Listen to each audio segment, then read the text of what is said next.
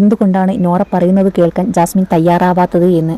Jasmine ഇങ്ങനെയാണ് പറയുന്നത്. റസ്മിൻ പറഞ്ഞ ഒരു കാര്യമുണ്ട്, വേറൊരു ഓപ്ഷൻ ഇല്ലാത്തത് കൊണ്ടാണ് ജാസ്മിൻ എന്ന്. വേറൊന്നും എനിക്ക് പറയാനില്ല. മറ്റൊരു ഓപ്ഷൻ ഇല്ലാത്തത് കൊണ്ട് ജാസ്മിൻ എന്ന് പറഞ്ഞതിനോട് റസ്മിനോട് എനിക്ക് വെറും പുച്ഛം മാത്രമേ ഉള്ളൂ. പവർ ടീമിനോടും എനിക്ക് പുച്ഛം മാത്രം എന്നാണ് ജാസ്മിൻ പറയുന്നത്.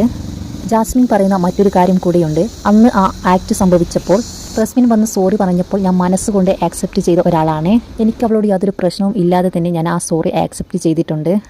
ഇപ്പോഴാണ് ജാസ്മിൻ അക്കാര്യം തുറന്നു പറയുന്നത്. എന്നെ അടിച്ചതോ എന്നെ പിടിച്ച് തള്ളിയതോ എനിക്ക് നൊന്തിട്ടേ ഇല്ല.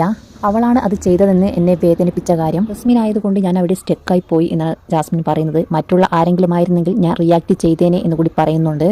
ഇത്രയൊക്കെ അവൾ എന്നോട് ചെയ്തിട്ടും അവളുടെ സോറി ഞാൻ ആക്സെപ്റ്റ് ചെയ്തിട്ടുണ്ട്. റസ്മിൻ പണ്ടൊരു കാര്യം പറഞ്ഞിട്ടുണ്ട്, നിനക്കെന്ത് വന്നാലും ആര് പോയാലും ഞാനുണ്ടാവും കൂടെ എന്ന്. ആ കാര്യം ഞാൻ ഒരു നിമിഷം ചിന്തിച്ചു പോയി. അതും പറഞ്ഞ് എന്നെ ജയിലിലേക്ക് വിട്ടിട്ട് പിന്നെ വന്ന് എന്നോട് സോറി പറയുന്നതിന് എന്ത് അർത്ഥമാണ് ഉള്ളത് എന്ന് ജാസ്മിൻ ലാലേട്ടനോട് ചോദിക്കും.